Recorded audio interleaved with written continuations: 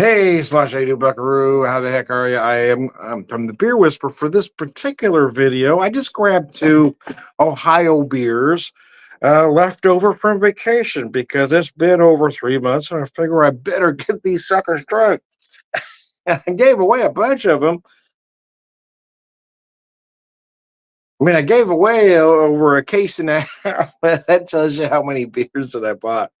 I didn't give them away for the sake of giving them away, if that's what you might be asking me. I bought certain things with the idea of giving them to some friends that would appreciate them, which is what I like to do. I like to propagate the goodness of craft beer, get it out there for everybody. Bear with me while I try to fix something real fast here, then you will have my undivided attention. I hope everybody's doing okay out there this Friday. Oh, yeah, that works.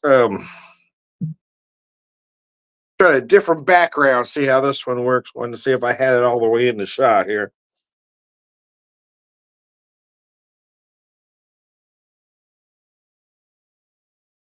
All right, set that up so folks can watch it if you have a mind to. Oh, darn it. It's that one. I forgot about that one. Get my lighting direction. I was trying to do things. Thought I had plenty of time, but there were a couple of details that I hadn't thought about until it was time for. Anyway, how the heck are you? Well, now I'm dark. That's what I knew that my lighting wasn't right, and I couldn't figure out what was going on. Let's try this.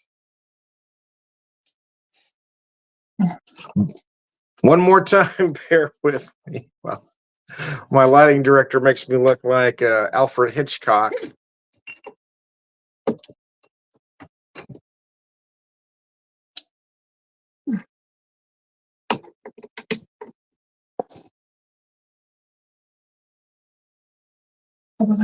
Not at all. Okay. So I can adjust that up where it works. No, that's not. That just gives me a permanent shadow.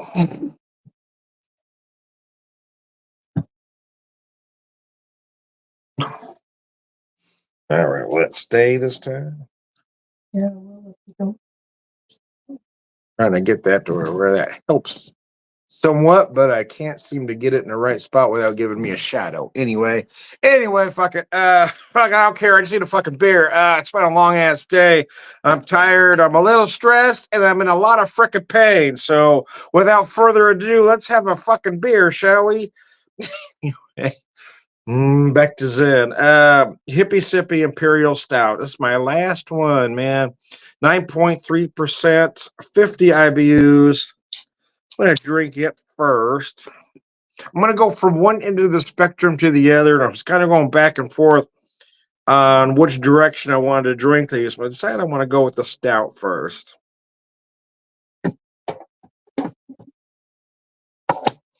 Yeah, there's no rhyme or reason other than I was just kind of in the mood for both of them, if you want to know the truth. Just realized I had one Hippie Sippy left, and the second one is going to be from Columbus Brewing. It is their Creeper Imperial India Pale Ale at 10%. So I got two big ones. Like I said, one end of the spectrum to the other, man.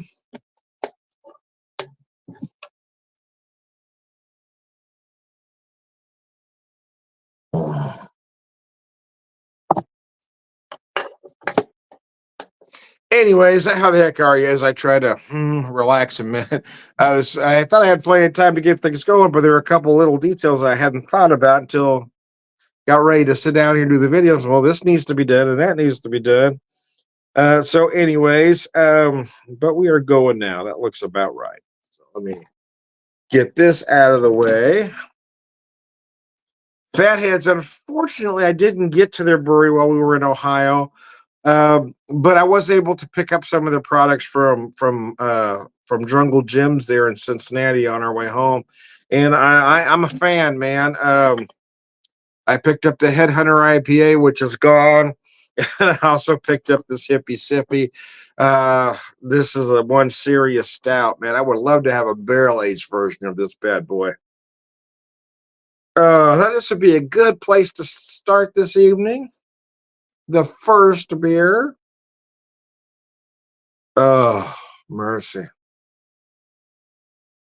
Got a couple friends visit me today, and he likes to drink similar to how I like to drink. We're talking about, getting home. You pour that nice whiskey when you first get home to relax. Now, sometimes, it may be 10, 15 minutes before I even take a drink. He says, "Oh no, I don't do that." Maybe we don't drink the same. Because part of that de-stressing program isn't just having the beer or the whiskey. It's the whole process, right? It's coming home and deciding which ones you want to have, setting it up, and then doing this. I mean, relaxing. It's the pour, getting that nice pour, checking the nose, those nice chocolate malt notes on the nose, those big roasted barley notes, and just relax and enjoy the beer. It's not just about drinking the beer. It's not about the alcohol per se. It's again, it's that process, that whole process to um, begin to relax and de-stress a minute. I don't really have a lot of stress at work, but I am just tired though. This weather, we got some weather here, man, and it just makes my old bones hurt so bad. And sometimes it's hard to concentrate. I was in such pain today.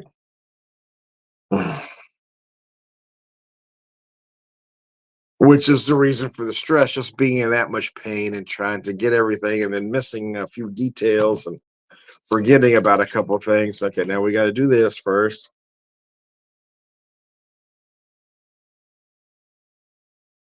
Uh, gotcha.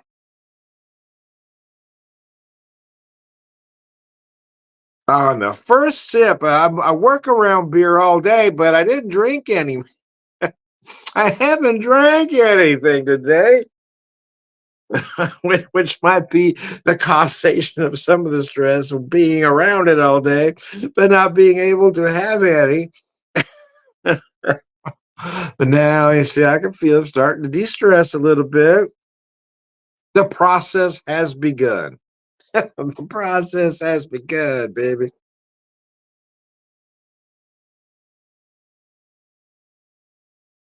Oh man, this is a.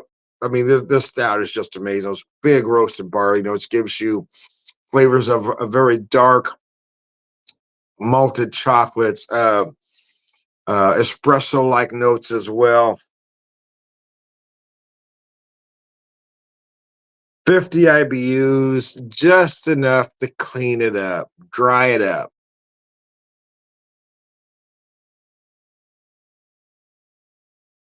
Oh man. Oh, oh man.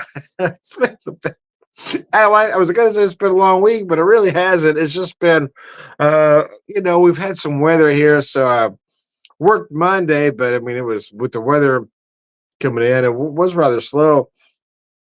Thursday was rather Thursday was actually pretty good for a Thursday. Today was a little bit slower than typical Friday, but actually not bad considering the weather we had coming in. I did have folks with me from beginning to end, but we did delay start time just a touch, or opening time. I say start time. Delay opening till the roads could get clear, the parking lot could get cleared out, so it was safe for everybody to get out and come see us if they wanted to. And I certainly understand where the weather's like it is when folks don't want to get out. I mean, hell, I wouldn't have got out if I wasn't going to work, no matter how bad I might have wanted to see somebody somewhere. My ass would have stayed home if I wasn't working today. That's just the way it is, man. And I was talking with that same friend about how I did. We kind of feel the same way. We just don't like getting out as much as we once did. There was a time when we were both very social, wanted to get out. I feel like I'm social enough at work, and I just usually on my days off, I don't want to do a damn thing. Sometimes I'll talk about going having a beer with a few friends, but usually when that time comes, man, I don't want to go anywhere. There's a few times if I've made the plans and firmed them up in advance, I'll make myself go, but I usually just want to stay home.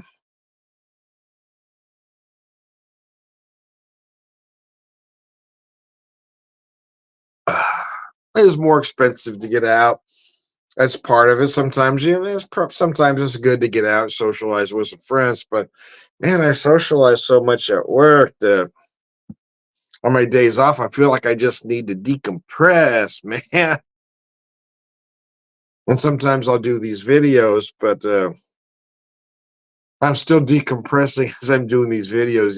These are kind of like therapy. I'm using everybody out there as my therapist. Because if I sometimes you just need to say things out loud. And that's what people have a therapist for. You say things out loud, and sometimes they give you some feedback. But I think most of the time it's mostly just about saying it out loud. So if I'm at home in my chair saying this stuff out loud, well, then I'm a crazy old man. But if I turn the camera on, then I'm just a cranky old man talking to the camera, but I'm not crazy because I'm not technically talking to myself.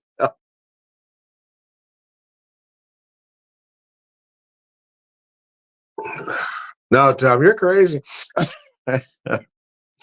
I'm embracing. We were both talking about this too. Embracing our curmudgeon years. It turns out what I thought curmudgeon meant isn't exactly what it means. I've always interpreted it as meaning, cranky but lovable. Right? He's a curmudgeon, but the dictionary just says no. You're an angry old person. But I've always interpreted the word curmudgeon to mean, yeah, but you're kind of lovable too. You're cranky, but in kind of a nice way most of the like Andy Rooney, for instance. That's my example of a curmudgeon. He was a little cranky, but it was for all the right reasons. And he was funny while being a little cranky. So that's always how I thought a curmudgeon was until I looked at a couple dictionary uh definitions, and it wasn't what I how I interpret it. So I am still going to interpret it my way. That is my curmudgeonly prerogative to interpret words how I think that to how I think that what I think they ought to mean.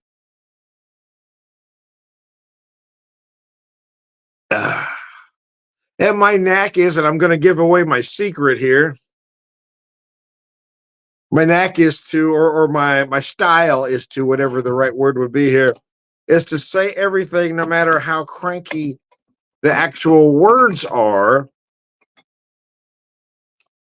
just say it with a smile and a chuckle. And it doesn't come out quite as mean spirited. Again, more curmudgeonly, a little bit cranky, but kind of funny. So if I was to look at somebody and just say, "You're an asshole," well, that's a little mean spirited. But if I say, "Oh, you're an asshole," see, it comes off quite different. It's all in the spirit it's intended. It's not necessarily the words.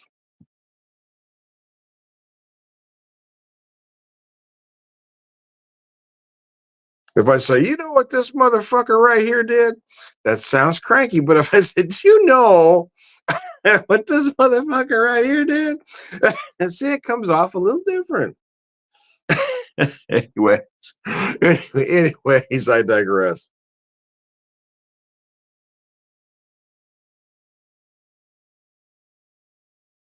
If I say, you some bitch, but if I say, you some bitch, it comes off a little different, you see?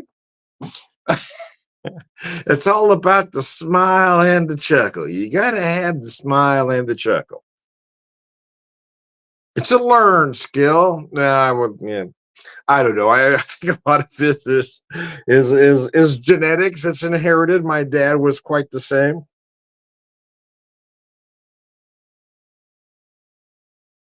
I remember as a kid, we get taken around to bar after bar after bar after bar after bar. And saw places where dad was welcomed everywhere, and you saw places where he was kind of fake welcomed, if you know what I mean. People come, "Oh, Gene," and they come over and give him a hug, and it's, Gene. We have to act like we're glad to see you, but we're really not. And I feel like I've kind of got that same mojo. I mean, I know people are genuinely glad to see me, and sometimes they're not.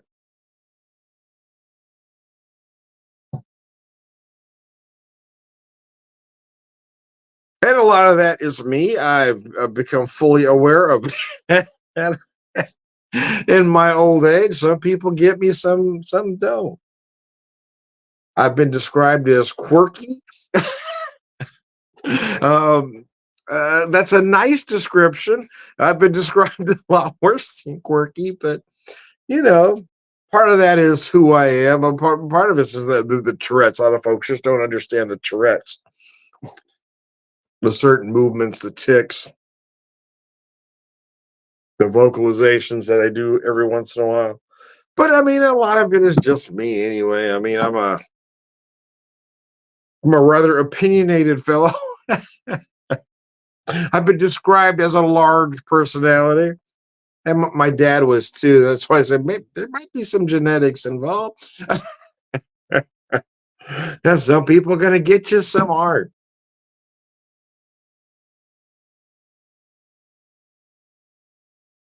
Uh, the stout, baby, the stout.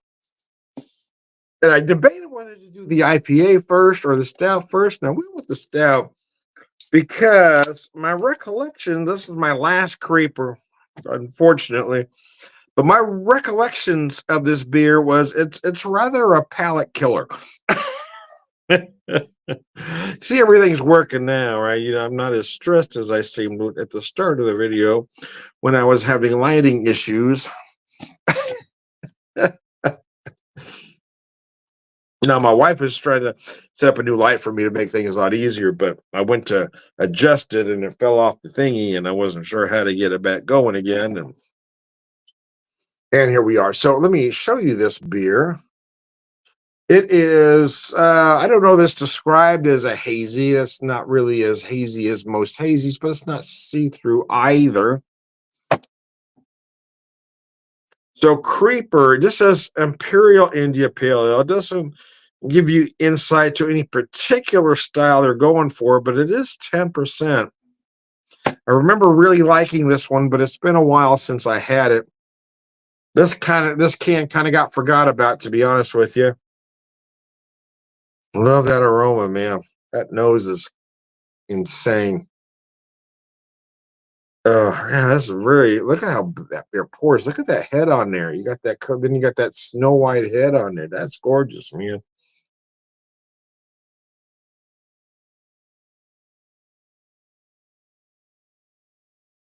Wash that stat down and I'll get an accurate read on this particular beer.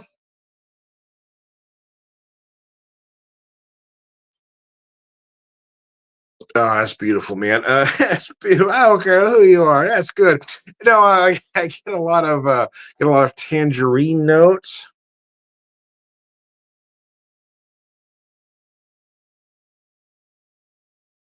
I'm not sure what style they're going for here. Looking at it again, doesn't look a lot like a hazy per se, but it's not see through either. But it kind of feels a lot, maybe a slight amalgam, but leaning more towards a West Coast Imperial.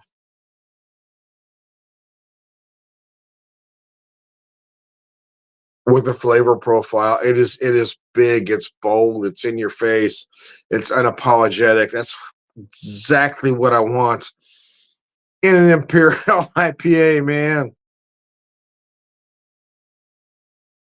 Want to whack me around and say, "How you like me now?" And just tear everything up. Oh, this beer's gorgeous, man. I didn't get to Columbus Brewing either. I kind of wanted to. I had a plan to get there one day, but then our plans got shifted, and I didn't get to visit them, but I did pick up some of their beer from other places, so that was nice. At least I was able to find some of the beer. I didn't get to a lot of breweries I'd planned on because it just would have been too hectic, too chaotic. I got to the point where I just wanted to relax, and I decided just the breweries I get to are the breweries I get to. Because there are a couple of days that I just wanted to relax at the hotel, man, because we were right there at a brew top. I mean, I had a brewery right there. There were a couple of days just wanted to stay in the area, wanted to relax, take it easy. Didn't want to wander around. And there was some time I just wanted to be in that room, and that room was so nice for a beer geek that I just wanted to drink some beer in the room by myself, maybe do some videos, take some pictures, just relax and soak up the atmosphere. Being at that Brewdog Hotel was pretty amazing, and I wanted to spend at least several hours just being in that space. Oh, didn't want to rush through these two. They're two great big beers. Although I feel myself going through this IPA quicker than I did the stat, though, as I look at the time on the screen here. Yeah, this beer, wow. I do like most styles. I do like these crazy big imperial stouts, especially anything barrel aged. I love anything chucked in a barrel, but I'm also on the other side of that where I love these great big palate killing imperial IPAs as well. Uh, I'm not a big sour guy. I don't necessarily hate the style. They're just it's just a style that I really have to be in a particular mood for. I just don't love it. I don't love a lot of the trendy styles either. I'm not a huge fan of milkshakes.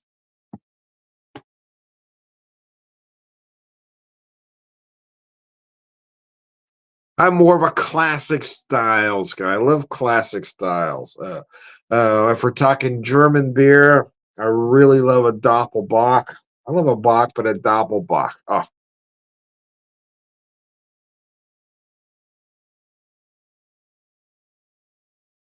ugh. Love a good barley wine, especially again anything chucked in a barrel. I'm in, baby. You got my attention. If it's put in a bourbon barrel, oh yeah, you got me. Doesn't have to be a bourbon barrel, though. Any kind of barrel works. Something barrel aged, I am a great big fan of.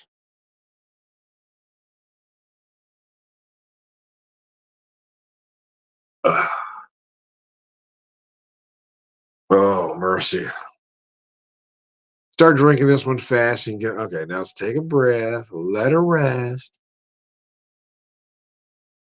Because now I'm feeling it in a great big way.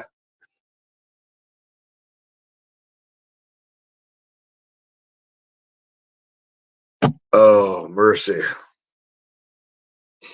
Yeah, I thought I drank all of these. I know I gave a couple of them away. But then I found one here. Oh man, this beer is serious. It ain't playing. It was one of my favorites from the trip again, because I mean, I just love a big, bold, brash, unapologetic imperial.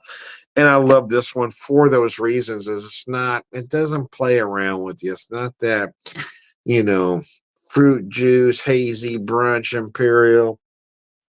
No, this one means to do you harm. We mean to do you harm. This one is sent specifically to take you out of the game.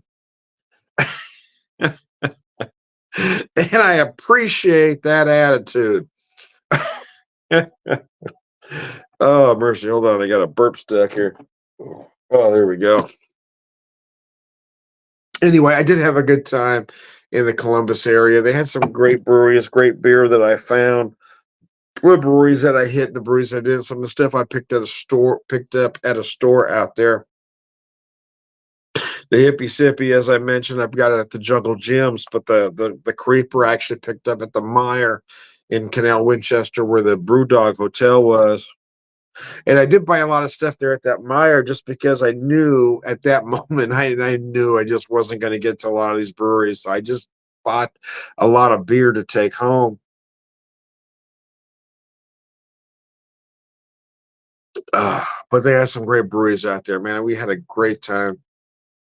A lot of good food as well. A lot of great distilleries. Watershed, Echo, Endeavor, Middle West. I mean, although I will admit I didn't get to Middle West. I had a plan to, but again, one day the plans got changed, so I never made it to Middle West. But but I did get to Watershed, Endeavor, and Echo, and I cannot say enough nice things about all three of those just breweries. Well, Endeavor's a brewery and distillery, but the other two are just distilleries. But I couldn't recommend any of them more highly. They were all awesome in their own way. They're all a little bit different, specializing in different things, but they're all doing incredible products, man. If you get a chance, hit Endeavor Brewing and Spirits because you got the beer. I did buy a bottle of whiskey from them that was insanely good, a malt whiskey. But I had a beer while I was there. It was my first, my first beer. No, I was going to say was my first beer in Columbus, but I forgot we went to the Hofbrau house first for lunch. But anyway, no, I had their Endeavor. I had their Baltic Porter that was just insanely good. And then I bought that bottle of malt whiskey to take home. And then from there, I went to Echo Spirits and then to High Bank. Oh, I forgot. I did mention High Bank earlier. Yeah, High Bank's doing some great stuff too, man. All the distilleries I hit Columbus were amazing. So, anyways, I digress. I better wrap this up because we're pushing 30 minutes now. I am Tom, the Beer Whisperer, Beer Evangelist, prolific beer drinker, purveyor of wisdom, and